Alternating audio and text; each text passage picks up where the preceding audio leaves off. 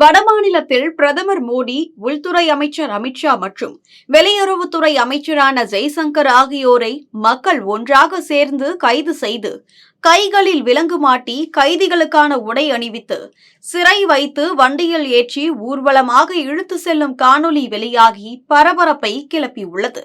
சமீபத்தில் நடந்து முடிந்த பீகார் தேர்தல் முடிவுகளை பார்த்தால் மக்கள் பாஜகவை தான் ஆதரிக்கின்றனர், பாஜகவிற்கு தான் வாக்களித்து வெற்றி பெற வைத்திருக்கின்றனர். எனவே வடக்கே பாஜக கோட்டைதான் என பலரும் கூறி வந்தாலும் அங்கு பாஜகவிற்கு எதிரான மக்கள் படையும் அதிக அளவில் இருக்கிறது என இந்த காணொலியை பார்த்தால் தெரிந்துவிடும்.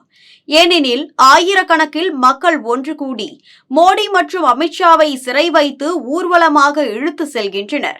இதுவே பாஜக மீது மக்கள் எவ்வளவு வெறுப்போடு இருக்கிறார்கள் என்பதை காட்டும்.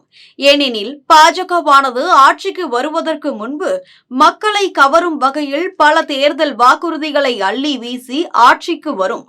ஆனால் ஆட்சிக்கு வந்த பிறகு பாஜக கொண்டு வரும் திட்டங்களை ஏழை எளிய மக்களை வஞ்சிக்கும் நோக்கில் இருப்பதாக மக்கள் குற்றம் சாட்டி வருகின்றனர்.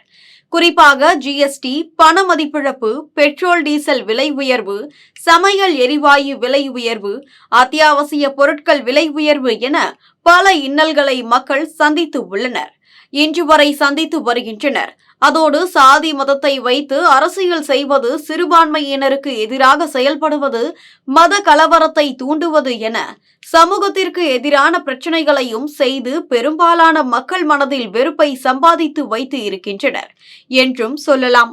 இந்நிலையில் தான் பாஜகவிற்கும் மோடி அரசுக்கும் எதிராக வடமாநிலத்தில் மக்கள் மோடி, அமித்ஷாவை சிறைப்பிடித்து ஊர்வலமாக கூட்டி சென்று தங்களது கண்டனத்தை தெரிவித்து இருக்கின்றனர்.